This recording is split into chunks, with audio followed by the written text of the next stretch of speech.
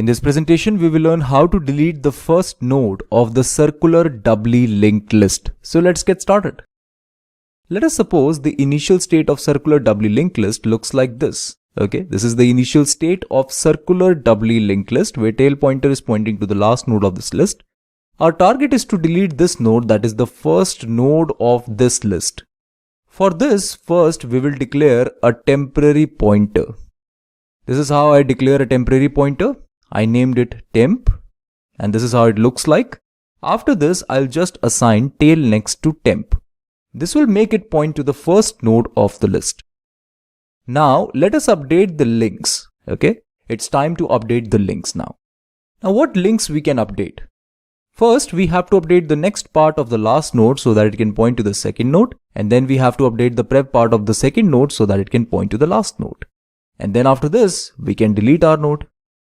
Tail next equal to temp next will update the next part of the last node, right?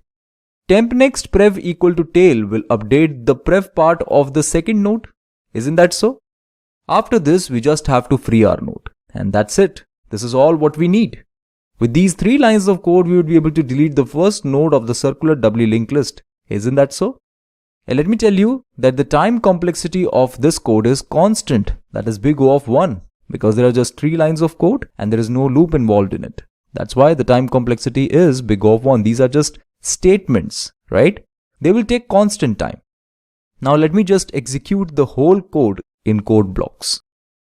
So here is a complete code to delete the first node of the circular doubly linked list. We have struct node over here. We have add to empty function, add at end function for creating the list. Then we have del first function. Here first we are checking this condition. If tail is equal to null, then simply return tail. If there is no node in the list, then simply return tail, okay? After this, we just have to declare a temp pointer and it must be initialized by tail next. After this, we will check if temp is equal to tail. That means if there is just one node in the list. If temp is equal to tail, that means if there is just one node in the list, then just free that node, assign null to tail and then return tail. Otherwise, we will perform this procedure, that is tail next equal to temp next prev equal to tail and free temp. Finally, we will return tail back to the main function. That's all what we need. Okay, so here we are checking these 2 conditions. This is important. First, we are checking if tail is equal to null. That means if there is no node in the list. And if there is just one node in the list, then we have to perform something. Okay, this is very important. This should be written separately. After this, of course, we have a print function. And then finally, we have a main function. Here first we are creating the list. And then after this, we are printing this message list before deletion. Then print function is called for printing the whole list. After this, del first function is called for deleting the first node of the list. And then after this, list after deletion get printed on the screen.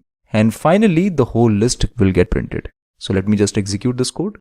So this is the list before deletion, that is 34, 45, 56, and list after deletion is 45 and 56. This is how it looks like. Now let me just delete the complete list. So list before deletion is no node in the list. List after deletion is no node in the list. Because in the print function I have written if tail is equal to null, then print no node in the list. Let's just bring back the code and let's remove these 2 lines of code. Here you can see list before deletion is 34 and list after deletion is no node in the list. It is working fine, right? Okay friends, this is it for now. Thank you for watching this presentation.